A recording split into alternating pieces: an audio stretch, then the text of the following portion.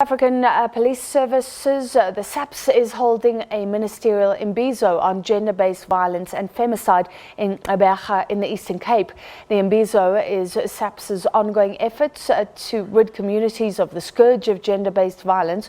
It also seeks to encourage community engagement, especially amongst women and children and members of the LGBTQIA+ community, with an opportunity giving them a chance to engage police on day-to-day issues.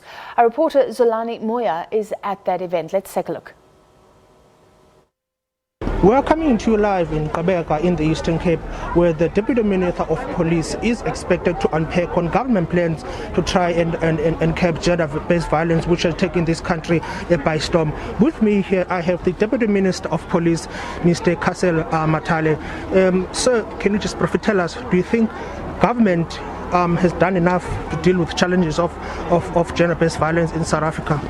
Yes, definitely. Government has done a lot to deal with gender-based violence. Our attitude is that this fight is not a fight that we can win as a government alone. Hence, we have been having this Imbizo to interact with communities, to discuss with them, get their opinion in terms of how they think we can approach this matter. But it's a matter that we can jointly win if we work with communities, because in the main it happens in communities where people stay. It is these people who are involved in these activities that can defeat it themselves, but working with us as police. So murder cases, particularly here in Gqeberha, is on the rise. Do you guys have any contingency plans to deal with that?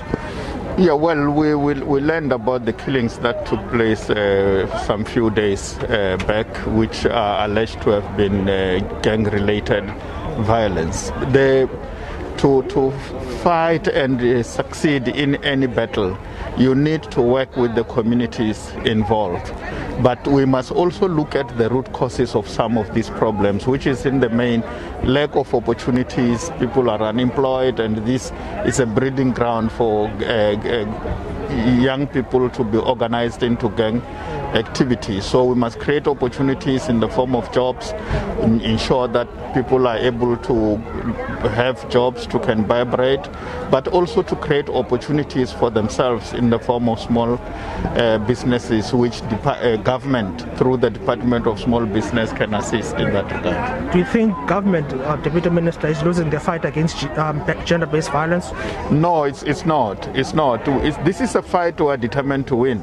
And I'm quite confident that with the work that we've been doing throughout the country, we are succeeding. Even if you look at the response by our people here, they are gradually understanding the role that they need to play, but also as a society to reorientate our people from childhood to have a particular attitude towards, for instance, boys must have a different attitude towards girls, and similarly girls must have a different attitude towards girls. So socialization is key, and we are confident that what we are doing is going to contribute towards the defeat of the gender-based violence in our communities. DP, you've had a golden opportunity, to interact with the residents, where they raise a number of concerns, saying that police are not fast enough to respond to crime, and that victims are not receiving healthcare resources.